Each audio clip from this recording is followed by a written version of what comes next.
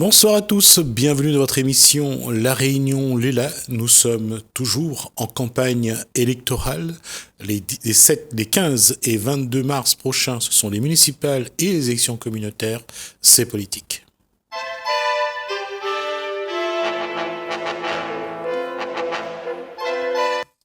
Et ce soir, je reçois Johan Guillou. C'est bien Johan ou Johan? Johan. Johan Guillou, bonsoir. Bonsoir.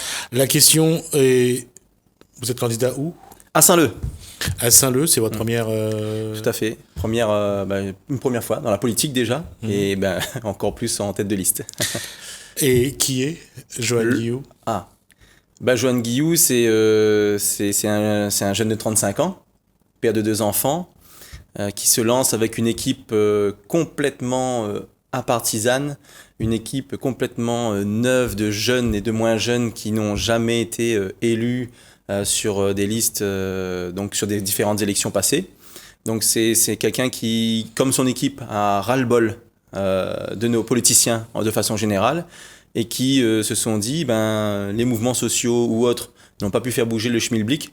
Allons, rentre par la politique pour essayer de faire changer le schmilblick aujourd'hui et pour demain et pour l'avenir de nos enfants. Est-ce que, à ce jour, si on tient compte de la campagne, de la démarche sur le terrain, de la rencontre avec la population, est-ce que cette posture, elle a justifié la posture? Oui, complètement. D'ailleurs, on s'aperçoit que la population elle-même, souvent ce qui revient sur les porte-à-porte, sur les différentes réunions que l'on fait, il y a des mots qui reviennent régulièrement. Il y a des mots qui sont changement, il y a des mots qui sont transparence, qui sont travaillés pour le peuple, la jeunesse. Donc c'est des mots qui reviennent aussi régulièrement et surtout quand on rencontre des personnes, notamment sur les porte-à-porte. Ah, ça tu viens pourquoi là? Pour la politique? Ah non, tout est pareil, toutes ces mêmes choses, ne veut plus entendre parler. Donc les gens ont vraiment un ras-le-bol. Il faut leur dire que déjà nous, on était aussi comme eux, de l'autre côté de la barrière si je puis dire, en ayant ce ras-le-bol de la politique. On ne peut pas être responsable, nous, de ceux qui ont été au pouvoir avant nous. Par contre, on a cette responsabilité d'assumer une future responsabilité et de montrer qu'on peut faire une politique, mais vraiment différente de ce qu'on a fait. Et c'est pas que des mots. C'est pas que des mots, parce que souvent, tout le monde dit ça. Mais ce que je dis aux gens, arrêtez d'écouter les promesses et faites confiance cette fois-ci aux actes. On a 6 ans sur un mandat maire. Allons prouver sur 6 ans qu'on a fait ou qu'on va faire ce qu'on a dit. Et après, on jugera dans 6 ans. Mais là, nous, en tout cas, on est dans le même ras-le-bol. D'accord.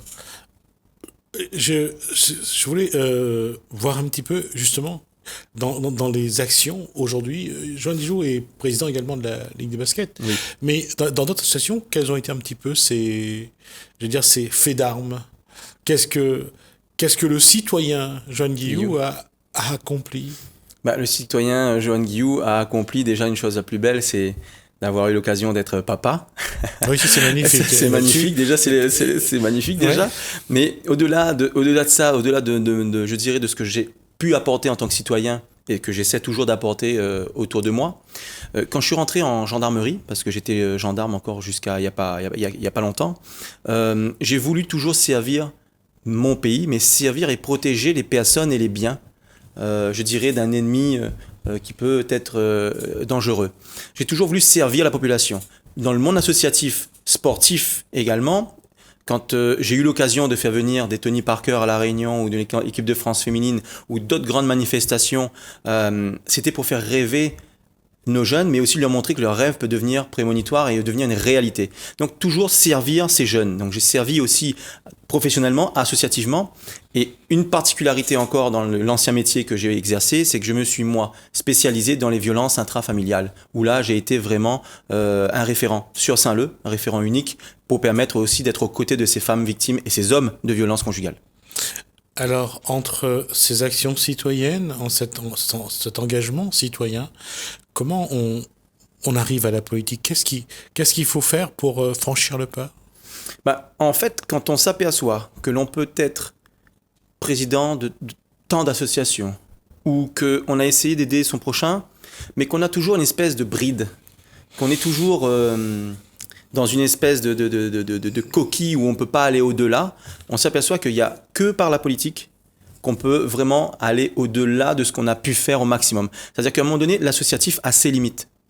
Ça fatigue d'ailleurs. Le bénévolat est fatigué. Le bénévolat, c'est usant. C'est plein de responsabilités pour un engagement gratuit et au détriment de sa famille des fois.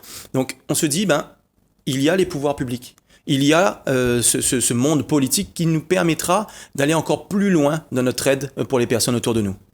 Et justement, aujourd'hui, en arrivant sur le terrain politique et en écoutant ce que demande la population, leurs attentes, leurs besoins, comment pensez-vous que vous allez réussir à transformer ces demandes en des actions réelles et concrètes? Si je regarde le programme qu'on a mis en place, le projet qu'on a mis pour Saint-Leu, on n'a pas mis des millions dans des projets pharaoniques. On n'a pas mettre en place un pont qui traverse Las Vegas pour arriver jusqu'à La Réunion, ou 2, 3, 4 téléphériques, etc. Non, on est resté très très réaliste. On a fait un budget prévisionnel pour notre projet, notre programme, et on a été très réaliste. Il y a des points de notre programme où la population s'y retrouve parce que c'est un programme qui a été réalisé par des membres de la population. L'équipe a rajouté sa petite patte dedans pour encore améliorer les choses, mais c'est un programme, je dirais, de la population pour la population. Donc, on l'a réalisé ensemble. Donc, c'est pour ça qu'aujourd'hui, on a beaucoup de compliments sur notre projet, sur notre programme, parce qu'il est réaliste, il est très précis. Alors souvent on dit il faut lutter contre la misère sociale, il faut lutter contre les problèmes écologiques. Oui, ça c'est des grands mots. Mais concrètement, qu'est-ce qu'on met par écrit? Quels sont les faits concrets? Et c'est cela qu'on a mis grâce à la population. Alors, la population demandait quoi déjà? La population, en fait, aujourd'hui, elle demande déjà à avoir un élu qui soit pas le bon Dieu demain. Un élu qui soit le travailleur du peuple. 7 jours sur 7, 24 heures sur 24. Voilà. Ensuite, quand elle a cet élu-là entre les mains, ce travailleur du peuple dans la maison du peuple, elle veut aussi qu'on puisse l'aider dans ses difficultés de tous les jours. Les difficultés de tous les jours, c'est par exemple pour l'éducation. Quand on voit les écoles vieillissantes à Saint-Leu, quand on voit qu'il y a plein d'écoles sans préau, le soleil il tape sur les enfants. Dans des salles de classe, des professeurs obligés de sortir, des fois tellement il fait chaud à l'intérieur pour faire les cours dehors.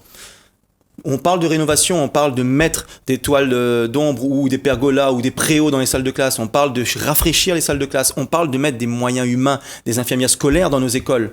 On parle aussi d'une tenue uniforme à l'école, si je reste dans l'éducation, pour pouvoir justement éviter les inégalités sociales et lutter contre le racket et le harcèlement scolaire. Mais on parle aussi du social. Les personnes âgées aujourd'hui, s'il y a bien une chose où la mairie a encore un petit peu, et grâce aussi à l'Interco, la main dessus, c'est l'eau, par exemple. Donc, dans notre programme, on a plafonné la facture d'eau pour les petites retraites, par exemple. Dans notre programme, on a prévu aussi, pour le permis de conduire, pour aider tous les demandeurs d'emploi et les étudiants, une aide pour le permis de conduire. C'est un dispositif, de toute façon, qui existe déjà avec le conseil départemental, qui sera complété avec la mairie. Sauf que la mairie de Saint-Leu, aujourd'hui, ne le fait toujours pas. Il y a des mesures sociales, des fonds de solidarité pour aider les familles qui doivent faire les soins en métropole pour leurs enfants malades. On doit aussi pouvoir les accompagner. Il y a plein de domaines, je pourrais exposer tout le programme comme ça là devant vous, mais il y a plein de domaines comme ça, ou même pour les agriculteurs qui n'ont pas d'eau, les hauts qui sont abandonnés, les hauts de Saint-Leu sont abandonnés. Aujourd'hui, il y a même la Chaloupe ou le Plat ou Bac-en-Fer, en tout cas, tous ces quartiers des hauts n'ont pas changé en 40 ans.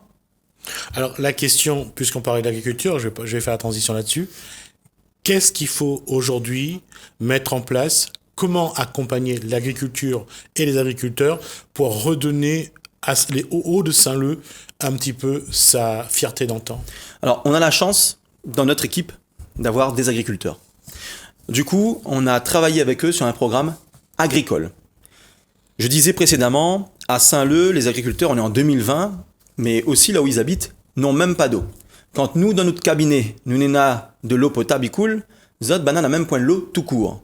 Donc, on parle de la mise en place d'une retenue collinaire collective pour les agriculteurs dans les Hauts-de-Saint-Leu. On parle également d'encourager l'agrotourisme pour pouvoir aussi aider ces agriculteurs à travailler. Mais surtout, on a un point du programme qu'on a mis, nous, ça s'appelle le marché de producteurs. C'est un marché où on veut réduire le circuit, donc un circuit court entre les producteurs et les consommateurs. Mais donne un exemple.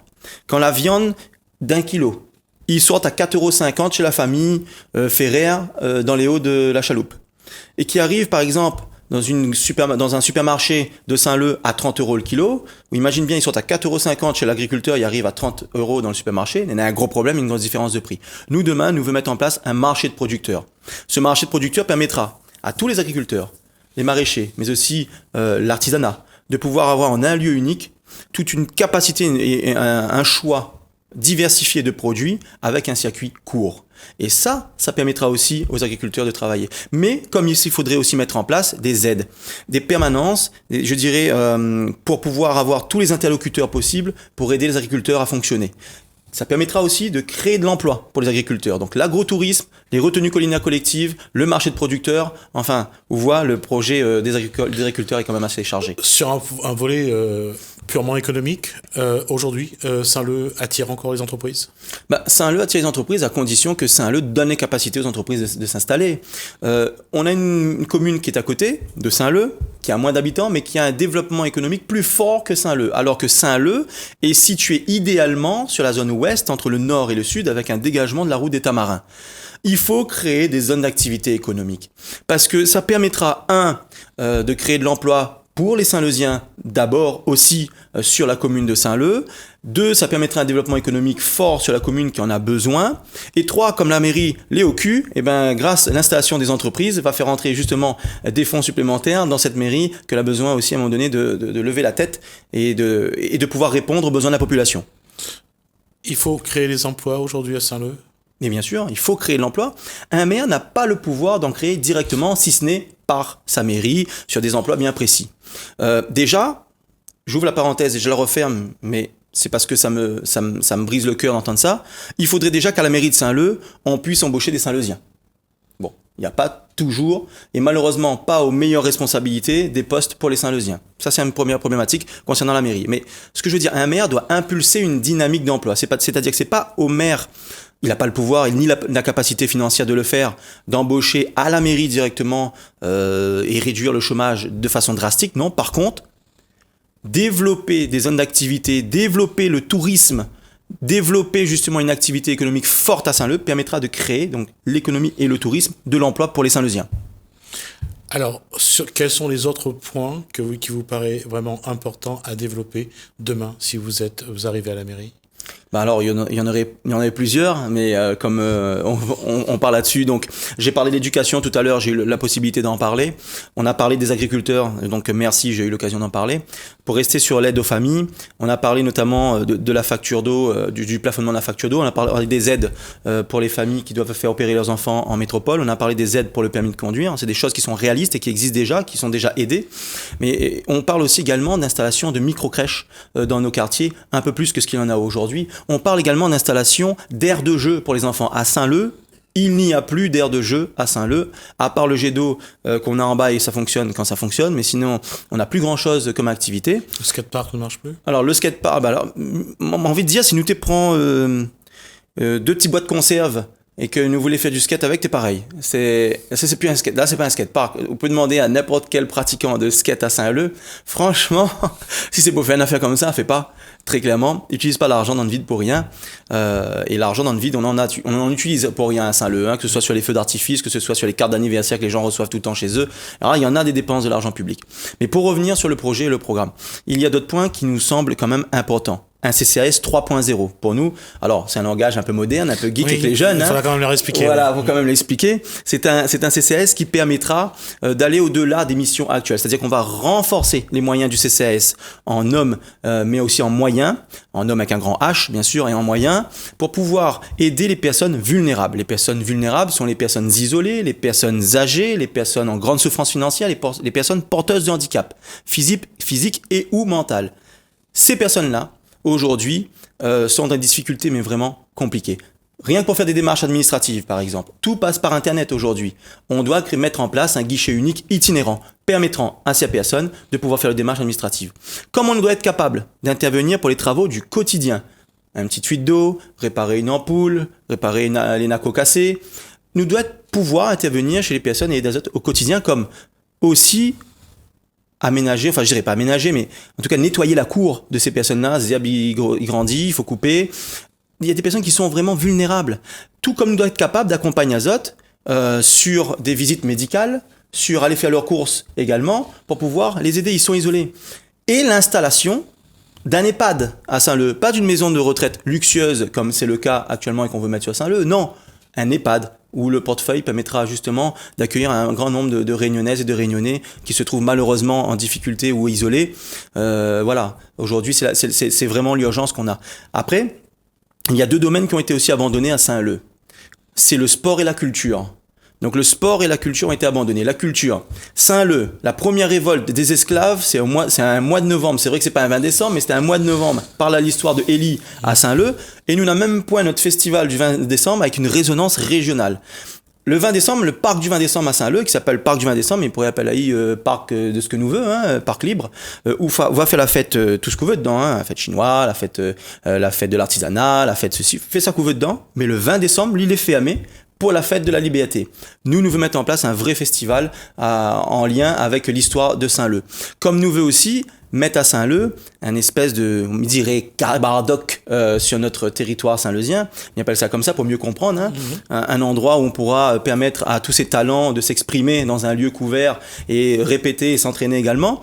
Mais aussi, on veut mettre en place une école de culture municipale qui sera dans les quartiers avec des intervenants et qui permettra de proposer à tous les jeunes des quartiers, des ateliers d'expression artistique, le chant, la danse, le théâtre, enfin tout ce qu'on veut, pour pouvoir et la musique, pour pouvoir justement s'exprimer. Le sport, c'est pareil. À une époque, le sport était en l'air. Aujourd'hui, le sport est à terre. Et pourtant, on a vu encore en ce moment, il y a la jeune Fontaine, la judokate, qui a été championne de France, qui a été sacrée championne de France. En junior, en plus de 78 kilos. Donovan Grondin, qui rentre maintenant chez les pros, le cycliste, qui est aussi une lumière de Saint-Leu. On a des talents chez nous. Mais le sport est abandonné. Le service des sports de Saint-Leu, je rends hommage, je félicite le travail qui est fait par les employés communaux là-dedans. Néanmoins, ce service ne gère que les bâtis, les gardiens de ces bâtis et les plannings des clubs. N'a point d'éducateur sportif. Donc, on propose pas du sport pour tous, du sport santé, du sport pendant les vacances pour nos enfants. Il y en a pas. Il n'y a pas de politique sportive. Et moi, c'est un petit peu mon dada. C'est quelque chose que j'aime beaucoup. Et j'avoue qu'il n'y a pas de politique sportive. C'est pas juste donner des subventions aux associations et des aides des mers d'azote. Non. Et il faut aussi aider les parents à payer la licence de sport pour leurs enfants. Moi, demain, il veut plus d'un bon enfant. Il traîne dans le chemin. Ou alors, il reste sur cette console à la maison, sur cette tablette. Non. Il faut qu'il s'ouvre. Il faut qu'il soit ouvert. Et il faut qu'il fasse des activités collectives. On va rappeler que le surf, à un moment donné, le volleyball aussi, le football, ont été un petit peu donc les porte-drapeaux de Saint-Leu. Tout à fait. Et il y a eu 2 grands événements dans les années 90, je crois, donc sur le YOP. Dans le YOP Pro Réunion, il y a eu entre autres Kelly Slater qui était donc sur la gauche de Saint-Leu, une des plus belles gauches du monde. Donc pour donner la dimension qu'avait le sport donc à l'époque à Saint-Leu. Yoann Dijou, on arrive à la fin de cet échange. Je vais juste vous accorder 1 minute 30 pour vous adresser à la population de Saint-Leu. D'accord. Donc à tous nos amis saint-leusiennes et saint-leusiens, déjà un grand merci parce que vous nous avez ouvert vos portes depuis le début de la campagne et bien avant encore pour qu'on puisse vous exprimer et vous faire part de notre volonté d'entrer déjà en politique et surtout de proposer un projet pour Saint-Leu demain. Donc, grâce à vous, on a pu établir un projet et un programme. Je sais, beaucoup d'entre vous ne croient plus en la politique. En même temps, vu ce qui se passe actuellement sur Saint-Leu ou dans d'autres communes, je peux comprendre que le moral est à zéro politiquement et qu'on ne veuille plus faire confiance. Mais si des jeunes comme moi, comme notre équipe, qui avions une vie normale, qui sommes révoltés et qui nous disent on a peur pour nos enfants demain, on veut que Saint-Leu demain change, garde son identité, mais évolue, que Saint-Leu puisse proposer des activités à nos jeunes, qui puissent prendre en charge nos personnes âgées, qui puissent aider aussi dans l'éducation, nos agriculteurs également, mais en termes de sécurité également sur Saint-Leu, eh ben, nous, on a mis en place un projet grâce à vous et pour vous, et c'est pour ça que nous, on part sans étiquette. Nous sommes de vrais sans étiquette, nous ne sommes pas des sans étiquette qui ont une étiquette en dessous. En tout cas, on est sincère. Je sais qu'il y en a ras-le-bol, je sais, mais faites-nous juste confiance. Une confiance sur nos actes qu'on pourra faire demain et pas sur les belles paroles que l'on dit. Aujourd'hui, je suis devant vous, c'est comme si je passe un entretien d'embauche. Et l'embauche se fera le 15 et 22 mars prochain dans les urnes. Je veux être le travailleur avec mon équipe du peuple et pour le peuple, 7 jours sur 7 et 24 heures sur 24. Ce sera notre obsession de travailler, de faire en sorte que demain, le Saint-Leusien se sente mieux à Saint-Leu et que nous mettre le tourisme et Saint-Leu en l'air demain avec l'activité économique et l'emploi pour nos jeunes. Et nous comptons sur Zot parce que nous avons besoin de Zot pour pouvoir réussir. Merci Johan Dijoux. Donc, je rappelle donc que vous êtes candidat au municipal de Saint-Leu des 15 et 22 mars prochains. Merci beaucoup. Merci d'avoir été notre invité. Merci à vous de nous avoir suivis. Merci Alain, merci François. Je vous dis à bientôt.